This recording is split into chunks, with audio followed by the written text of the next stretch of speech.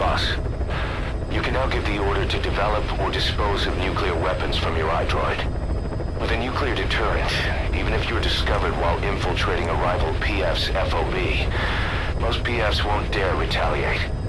But you, of all people, know how dangerous it can be to have nuclear weapons. So will you add nukes to our arsenal as a deterrent? Or will you take them away from other PFs and dispose of them to help build a world that's free of nuclear weapons? I'll leave that decision up to you. Emmerich didn't go with depleted uranium for Sahelanthropus' armor because of its strength. He had nukes in mind. Exactly. It's meant to use its body as the fuel component for a nuclear weapon. Sahelanthropus uses built-in uranium enrichment archaea to melt its own body and extract uranium-235 from the depleted uranium in its armor. Those archaea perform the enrichment in an extremely short time. The concentration jumps by a factor of several hundred, from 0.2% to over 90%. The end result being highly enriched weapons-grade uranium. Sahelanthropus' body itself becomes a nuclear bomb. Emmerich says if it were to self-destruct, the nuclear yield would be somewhere in the region of 15 kilotons. Since you need about 50 kilograms of highly enriched uranium to trigger a nuclear reaction, that would mean Sahelanthropus contains something like 23 tons of depleted uranium. That's not very much. No, it isn't. That's about what you'd expect to find in a main battle tank's armor. The point is, it can be transported anywhere, even use its conventional weaponry on the battlefield, and the international community will never suspect a thing. I just received word from the R&D team and the transport team out of Afghanistan. They finished installing Sahelanthropus on the base. It's ours now. All right. Don't let any of the staff touch that thing. Especially Emmerich. Of course. That guy's crush on Sahelanthropus is beyond a joke. Guess he really wants to see his tech stand on its own two legs this time. That's not gonna happen. I know it. So you've got no plans to make it operational again? Damn right. Boss, I want to hear it straight from you. Hear what? What the hell do you want with that thing? The drive is busted. It's not like it has a nuke on board. Even if the metallic archaea could turn it into a nuclear weapon, all it can do is self-destruct. Sahelanthropus just isn't a weapon anymore. It'll draw unwanted attention without even being a deterrent. I know. The weapon's development strut sank 2 feet under that thing's weight. That's 1 year's drop in a single night. We've started on reinforcing the strut, but there's no guarantee it'll hold up if a storm hits. I know that too. Boss, why keep it? It's a mark. Us Diamond Dogs, we don't have a country to call home. That means we have no past, nothing to prove that we lived. Every one of us threw it all away when we came here. Sahelanthropus is a symbol to show that the likes of us brought at least one crisis to its end. A mark in history. So we can't just fade away. It's of no practical use to us. But we still need it. A symbol of what we've done. I'm glad I sounded you out on this. Snake, on behalf of all of us, I want to thank you. I don't need gratitude. I need security. Keep Emmerich away from that thing. Roger that. You said that the nuke Skullface was trying to spread around the world were equipped with a failsafe. Something that could shut them down at will. His will. Quite so. After all, he needed a guarantee that a buyer wouldn't simply turn the weapons back on him. So how can they be stopped? The criticality trigger, that is, the detonator, is a complete black box design. Any attempt to dismantle it causes it to melt in seconds, using the corroding archaea. The design ensures that no detonation is possible unless it disengages the lock. So he had a way to disengage it remotely. Precisely. The client simply presses a button. At that moment, the detonator begins transmission with a surveillance satellite. The satellite reports to him how the client is trying to use the nuke. If he does not object, the lock is disengaged. But if it's a risk to him in any way... The detonator melts down. The same is true if detonation does not occur within a preset time after the lock is disengaged.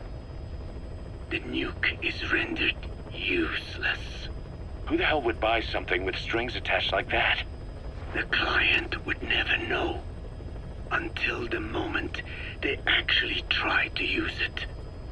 Most likely, he would have explained the time delay as the detonators needing time to activate.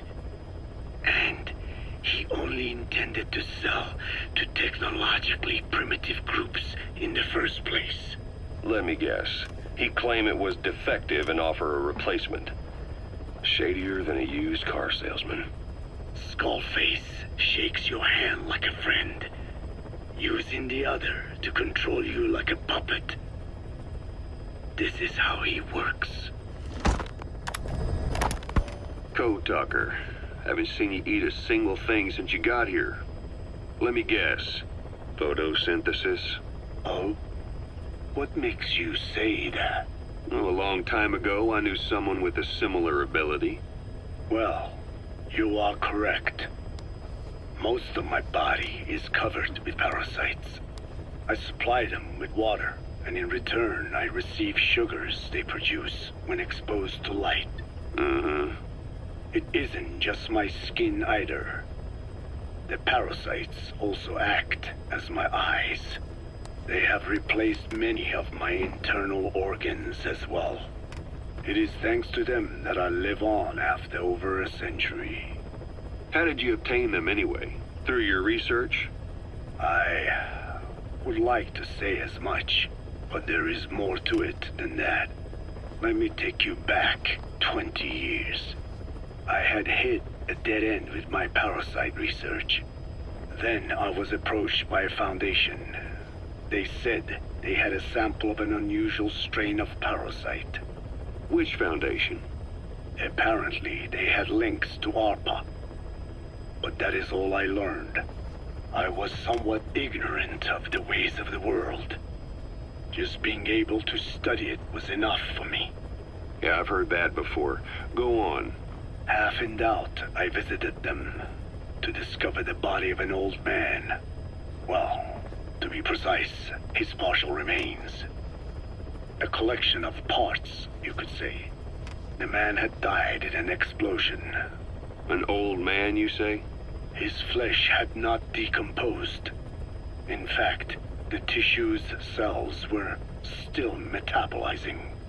The parasite had infected, or should I say assimilated with, the tissues, and was keeping them alive. I became obsessed with studying the body parts, foregoing food and even sleep. Every day was filled with new discoveries. The parasite's biology, internal anatomy, life cycle. But there was only so much I could learn through observation. And so I made a decision. To truly know the parasites, I had to live with them. So, you implanted them inside you from the dead man's flesh? Correct. It was quite a gamble, whether or not they would adapt to me. But fortunately, it appears I was compatible with them. Or perhaps, through my many years of research, my immune system learned to tolerate them. Were they that body's only parasite? Yes. However, there was a separate specimen that supplied its host with adrenaline in response to pain, and yet another that could control insects at will through secreting heterogeneous pheromones. I wanted exposure to them, to take them into me, but my wishes were denied. Their records, though, provided clues that helped advance my research. Would you care to join me? A life spent never worrying about food is a most wonderful one. I think I'll pass. But thanks.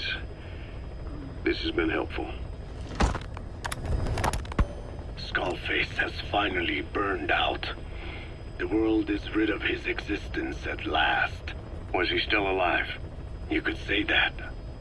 But you could also say he'd been dead for decades. What's that supposed to mean?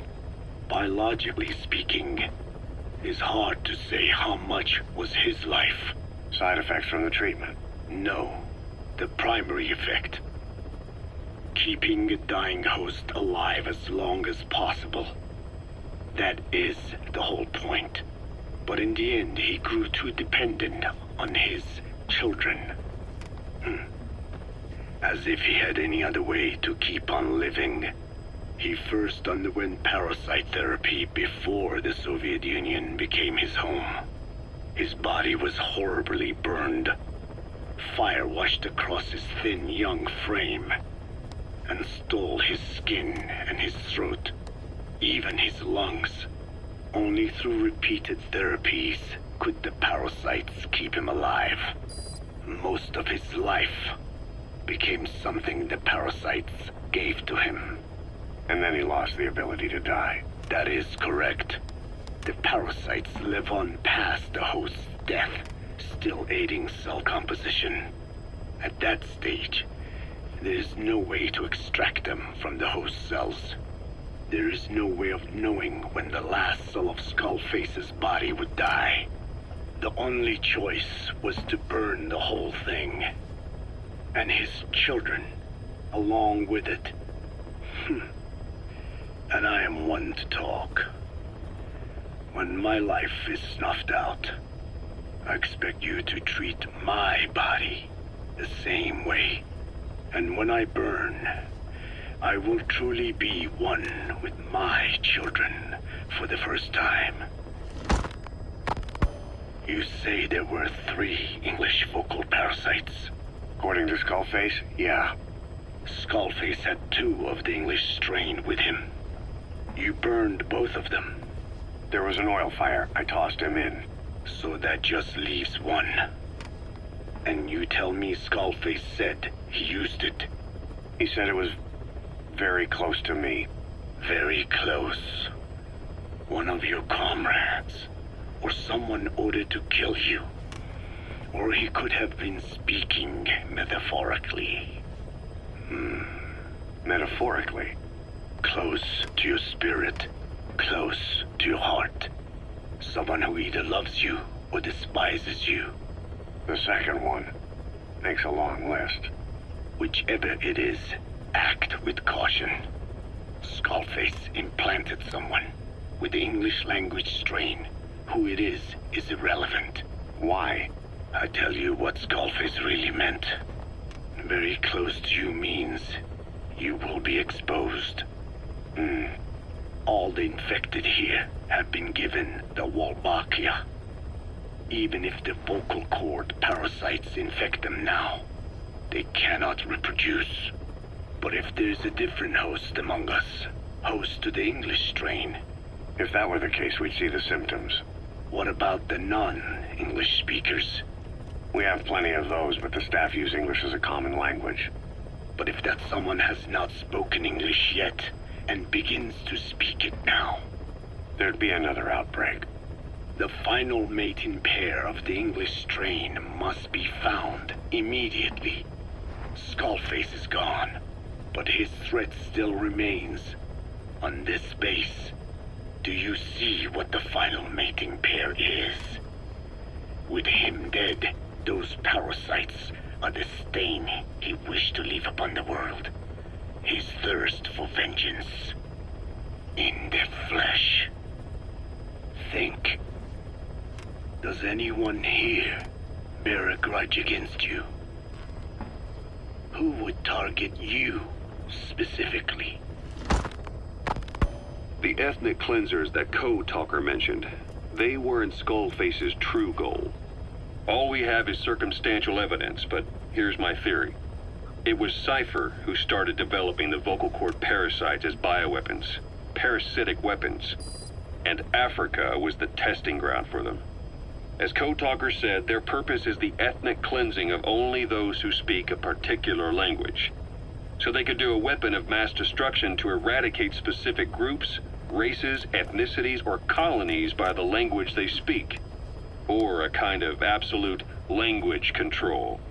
Or maybe a tool for those arrogant fools to build some misguided utopia. I can see plenty of uses for them. However, in practical terms, they wouldn't be as dangerous as you'd think. Counteracting the parasites is easy, after all. Cut them out of your throat to save your life, or just don't talk. That also prevents the infection from spreading. So if the international community were to find out about them, they'd no longer be the threat they were conceived to be. In which case, their targets would be limited to minority groups as a deterrent or a terrorist tool. It's hard to imagine Cypher developing something like that as a main weapon for their arsenal. That leads me to think we've only tugged on one little thread in Cypher's grand tapestry. An obscure corner of their work, possibly forgotten altogether. In any case, things changed. When Skullface was forced to relocate to Africa and he saw that thread dangling. All the time he continued that research, he was secretly following his own agenda. The ethnic liberator parasites. His English language strain. Skullface said there were only 3 samples of the English language strain parasite, and I think we can believe him. Bringing his ethnic liberator's plan to fruition depended on creating an English version of the vocal cord parasites at all costs. But an English strain would have been useless to Cypher. Worse, it could have destroyed everything they'd built. It was the one type they couldn't allow. That means Skullface was forced to develop his English strain out of sight of Cypher's network. Naturally, he couldn't use the greenhouse facility Cypher had set up and filled with guinea pigs. Skullface must have found some secret place to create his precious few English parasites, hiding all evidence like a man cheating on his wife. Somewhere, an entirely standalone environment. And when his plan entered its final phase, he must have made the place disappear. Some little room, could be anywhere, but now nowhere at all. We'll never know where he did it, but to elude Cypher's surveillance, it couldn't have been big. I believe Skullface was telling the truth. There were only ever 3 samples of the English language strain. Why activate Sahelanthropus in Afghanistan? This is how Skullface wanted things to play out. The Soviet Union secretly develops a new type of nuclear weapon and successfully deploys it in Afghanistan. Revealing the existence of Sahelanthropus results in a return to the glory days of the Cold War.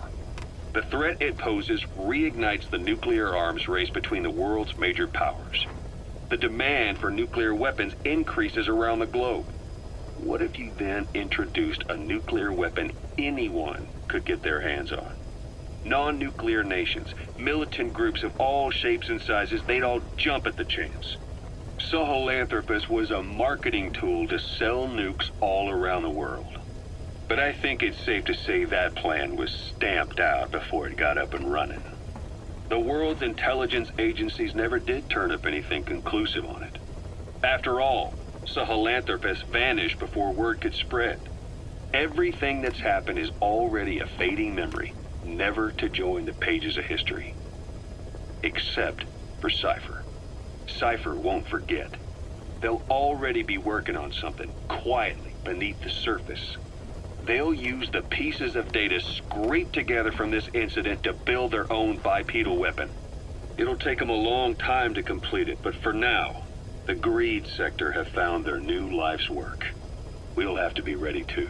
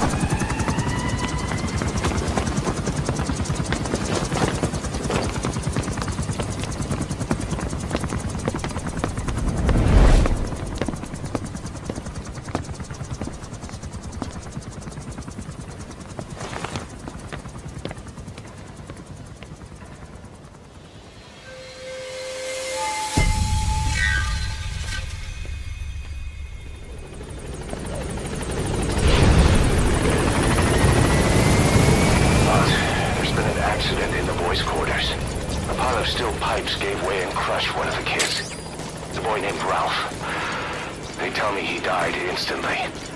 I'm sorry, boss. It's my fault. I should have been keeping an eye on them. I'll let you know if we learn something.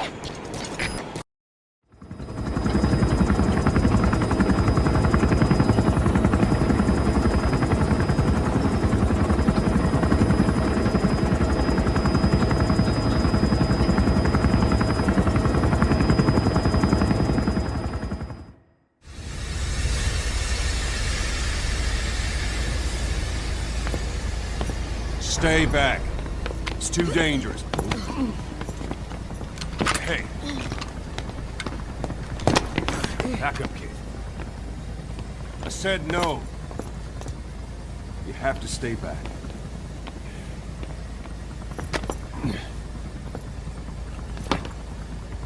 Some things can't be helped. Back to your quarters.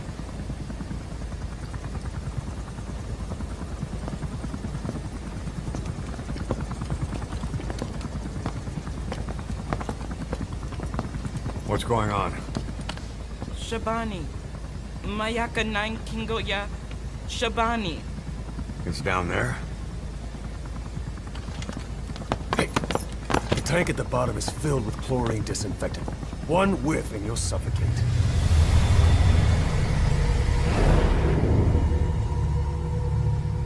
Don't even.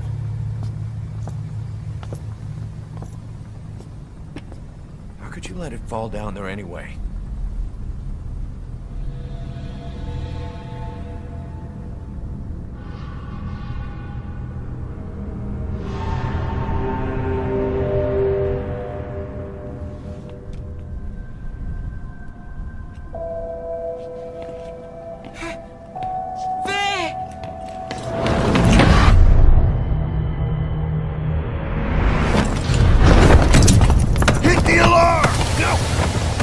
Go down there, and it is over. Boss! Hey! Listen to me! There is no way to recover the body.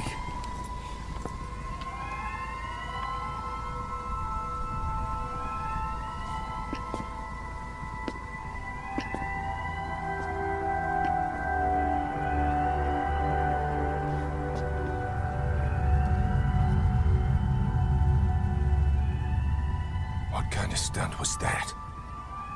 Trying to panic us?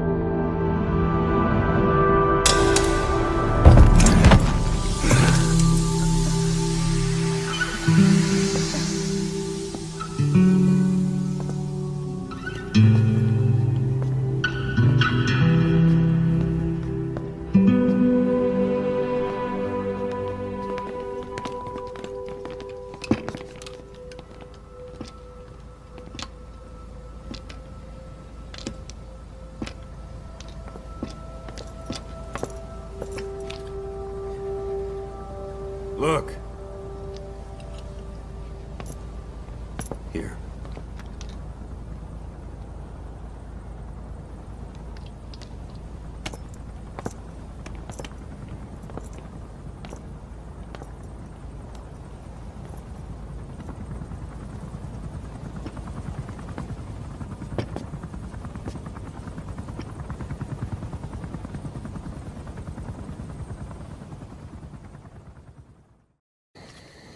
So, wat dink jy van die 2 voet? Dis sleg nie. Ook al die terrein, jy kan net inklim. Ja, maar om die ding te ry, is help ek nie. Moet 'n PF in elk geval die geld gekry om die goed te koop. Gerugte is. Good. Good. Nou, hulle verkoop die eenhede goedkoop, maar dan hef hulle die prys op al die opsionele handbootwapens. Soos wat? Oppervlak tot lugmissiele of iets. Wat is die ding? Dis net 'n gerug, maar ek hoor dis 'n atoombom. Ultra kompakt. Is jy laat? Hier is soldate soos ons met nukes. Nuke-tech is kernkrag se grootste geheim. Daar's nie 'n manier hoe ons dit sommer net so kan koop nie. Selfs die Suid-Afrikaanse regering het probleme met ontwikkeling van nukes. Hy dis net 'n chip. Ja, ek moet gaan. Goed dan. Sprake van spioene. Hulle infiltreer buiteport en recon. Al die pad in hierdie weste. Dis die voorste linie van 'n proxy-oorlog. Die ooste en die weste wil beide Afrika se groot vet maagminerale vir hulself vat. Dit beteken hulle kan PGU wees. Maar hoekom? Maar hoofkwartier is besig met 'n plan. Good Beste boy, wat ons kan good doen boy. is om ons oë oop te hou. Ja, ek baie. Soos ek gesê het, oë oop, het dit.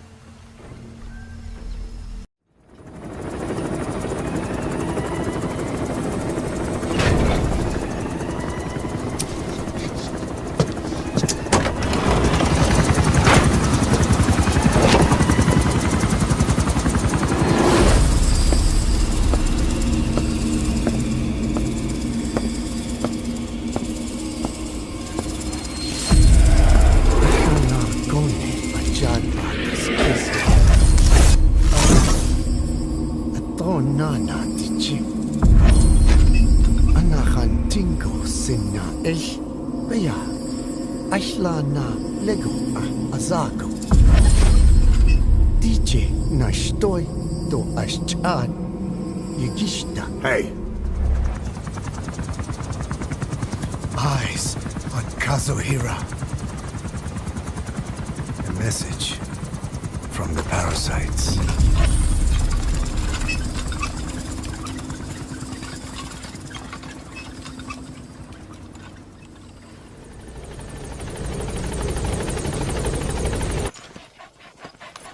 Boss, I knew you were alive. I'm so happy, boss. One of the guys out on a mission at the time. He's fallen a long way from the glory days.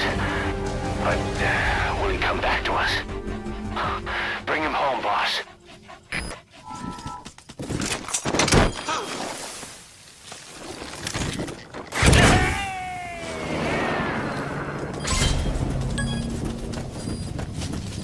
Subject on board. Leave the rest to us.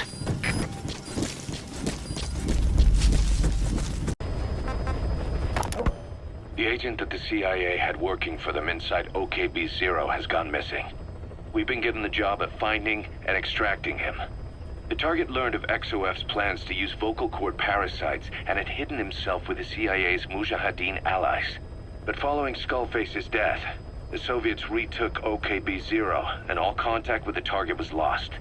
He may have tried to go back to OKB-0, but even Langley isn't sure what's going on. After all, they've never even learned of Skullface's plan. That's probably what they want to get out of the man once he's extracted. But we can't allow Langley to learn of the existence of the vocal cord parasites. That's why I want you to bring the target out, boss. Once we have him, we can report him dead and keep him on base. All contact with Langley is being conducted through a cutout. Our reputation should remain intact. As for the reward, it's already in the hands of the cutout. All you have to do is get the job done. Just like always.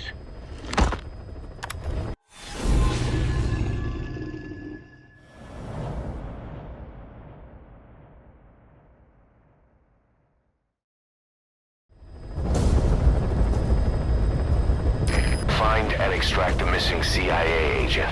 The target was laying low with the friendly Mujahideen during the vocal cord parasites incident, but may have headed back to OKB-0 after the Soviets recaptured it. Check the target's VI on your iDroid.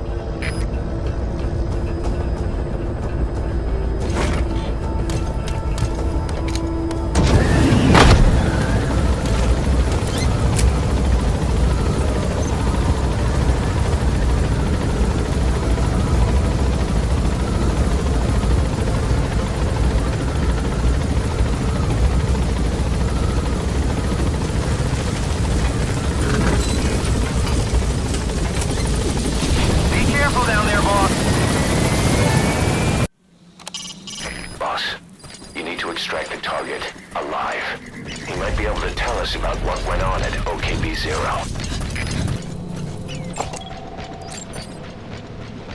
Is that him?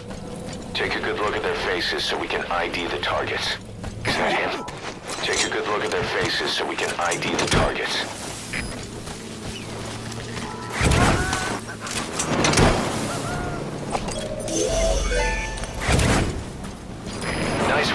Keep it up.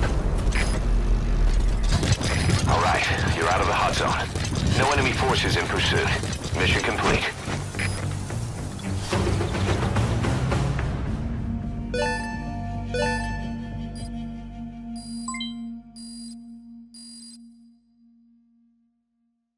Mission complete. Great work.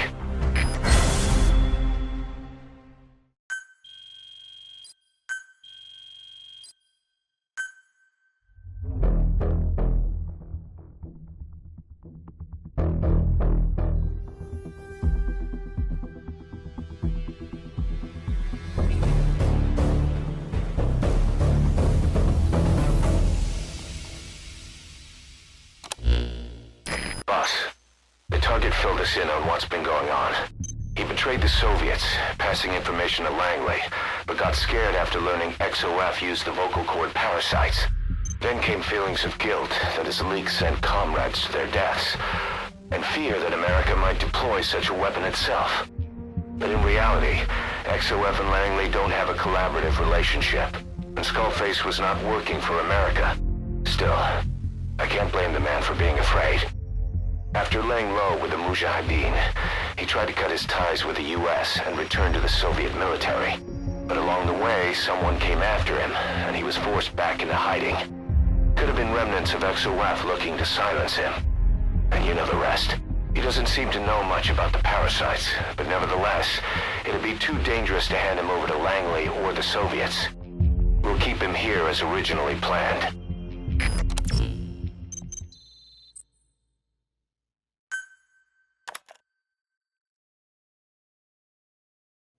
Emmerich's finished development on that battle gear of his. Get back to Mother Base.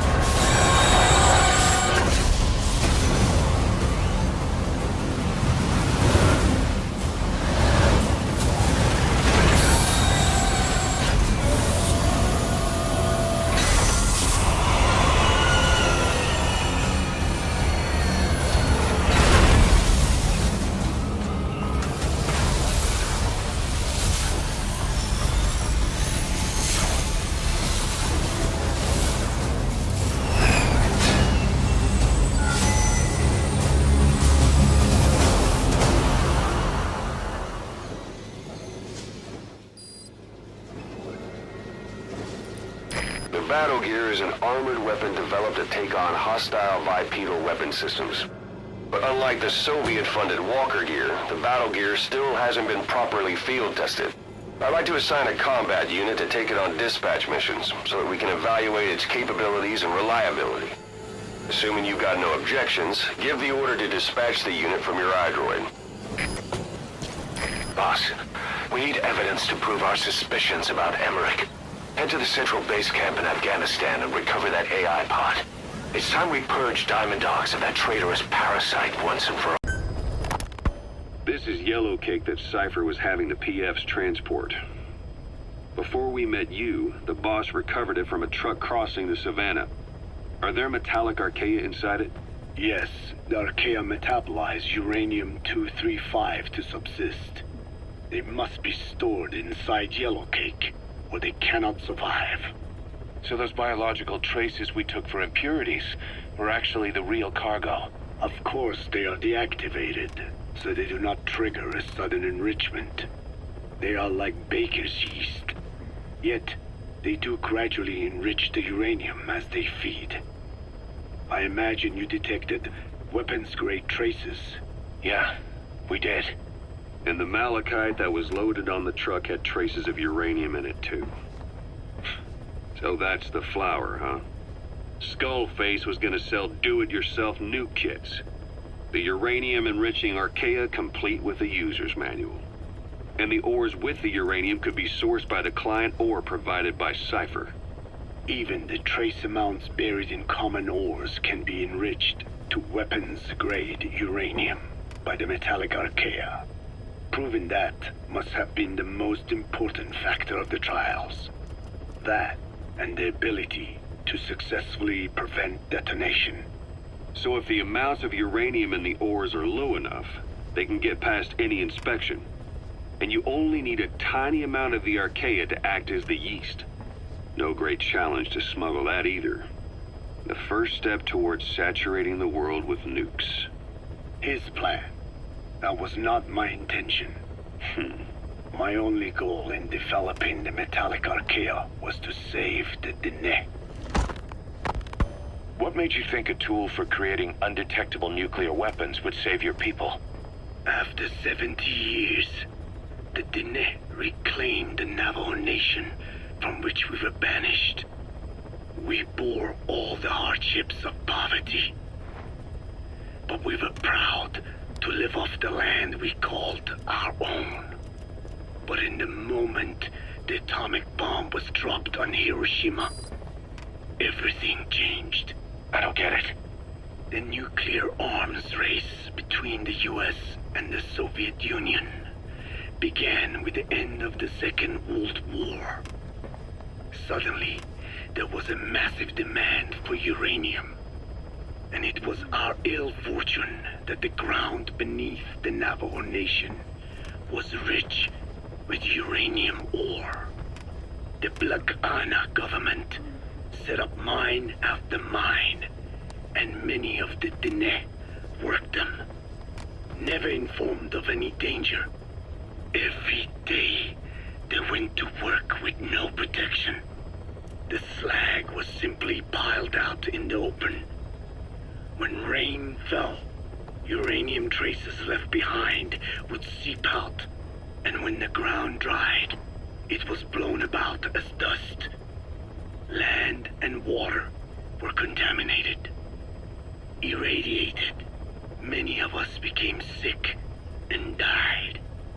That pain lives on to this day. I had no idea. Wanting more than anything to revive the land my forebears left to me, I was delighted upon discovering microbes that eat uranium. If they could be domesticated, I believed we could rid our land of uranium. Were you successful? No. The research called for funding on a colossal scale. But nobody was willing to invest with no prospect of a return. And that's when Skullface showed up. Correct. I can save you and your people. We share the same will. That is what he said to me. And I believed him. Black Ana forced me to abandon my uranium cleanup work and focus on nuclear weapons. And he held all the Dene hostage. Today, the uranium mines within the reservation are finally closing down. It is simply less expensive now to source uranium overseas. New victims, different places. But uranium is a tactical resource. To rely on a foreign country for it is a difficult decision to make. And he was in the perfect place to influence that decision. He could have condemned your people to the mines forever. The contamination comes not only from uranium. The fallout from the Nevada nuclear tests also settled on our lands. As if our fortune were not already bad enough, we are also downwinders. To save the Dene, I must complete my original research. The one that covers the parasite that lives on the surface of the skull's bodies is what gives them their power, similar to my children. who live in my skin.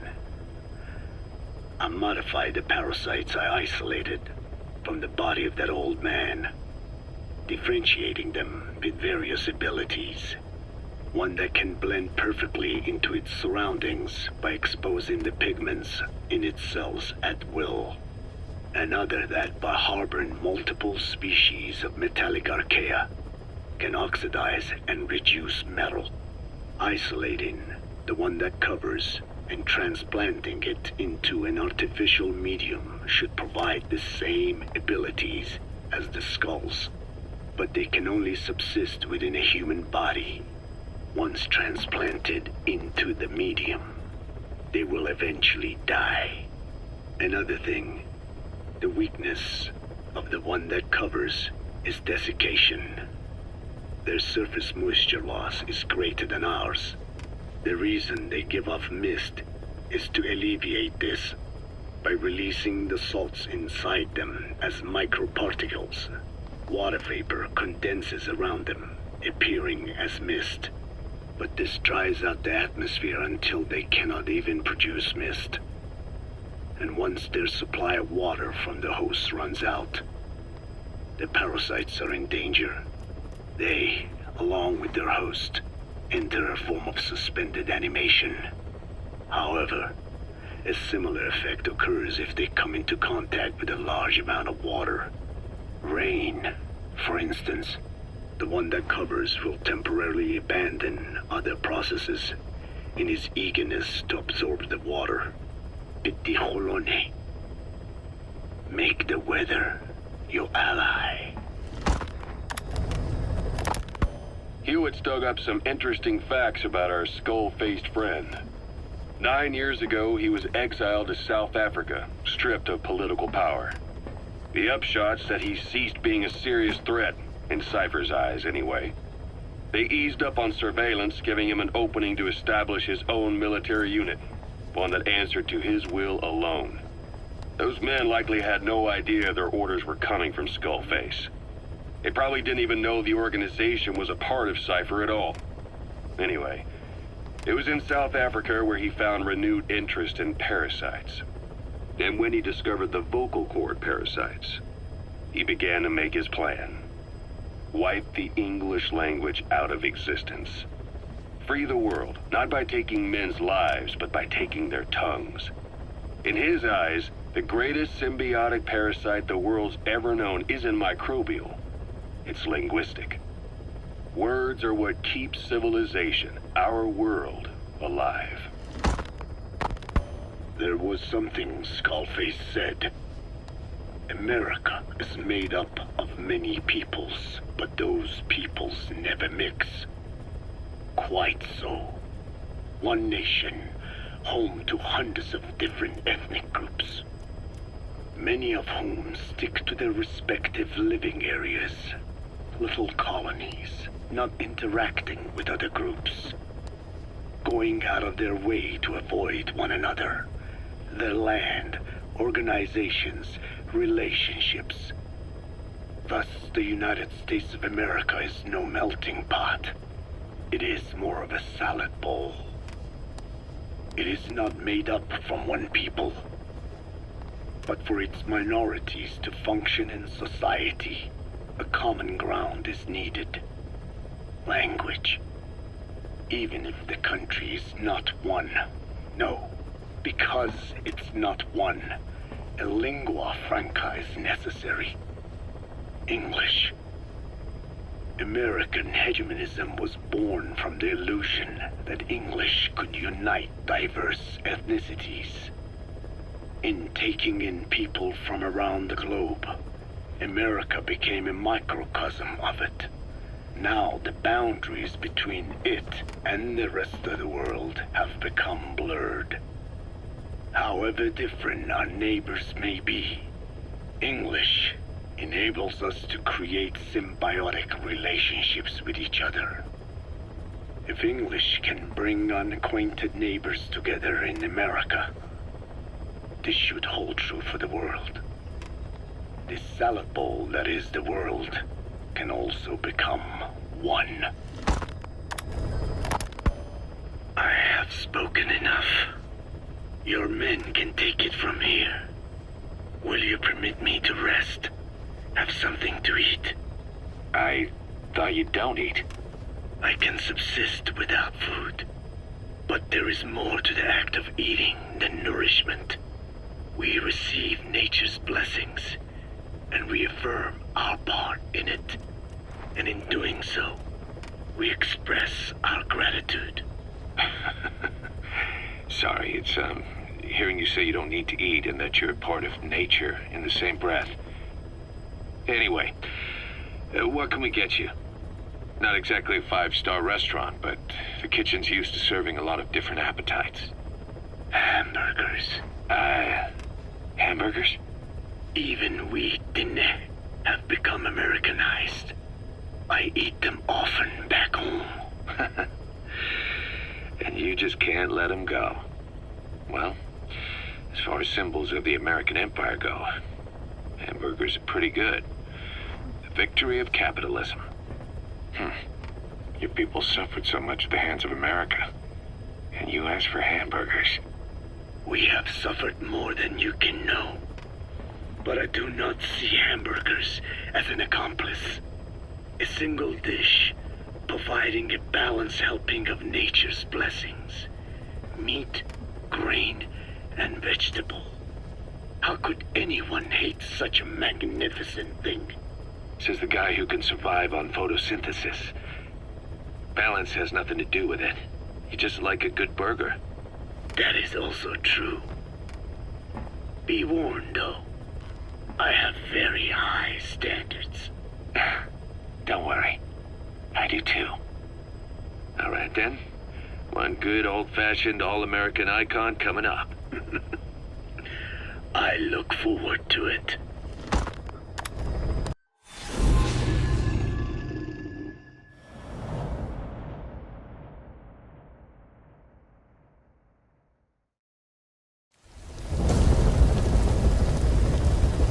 Boss, you need to disable the Soviets' reinforcement system by putting a hole in their base-to-base comms network. Head for the Eastern Communications Post and destroy its comms equipment. First, use the binoculars to locate the communications equipment at the facility.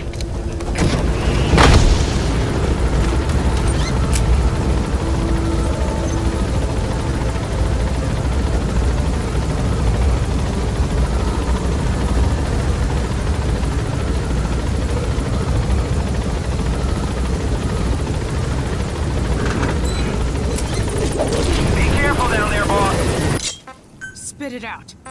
Where are the others? We know where to find the target. Check your iDroid. Good work. You've completed your objective. Now get out of the hot zone. All right, you're out of the hot zone. No enemy forces in pursuit. Mission complete.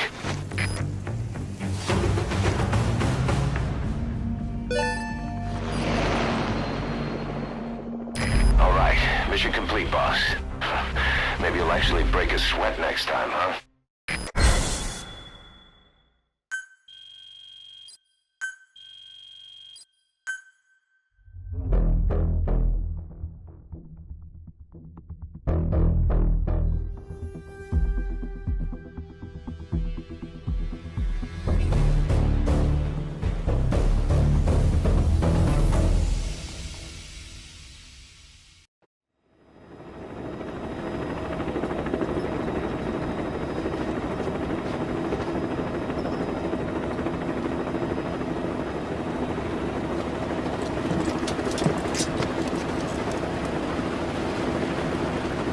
It's raining.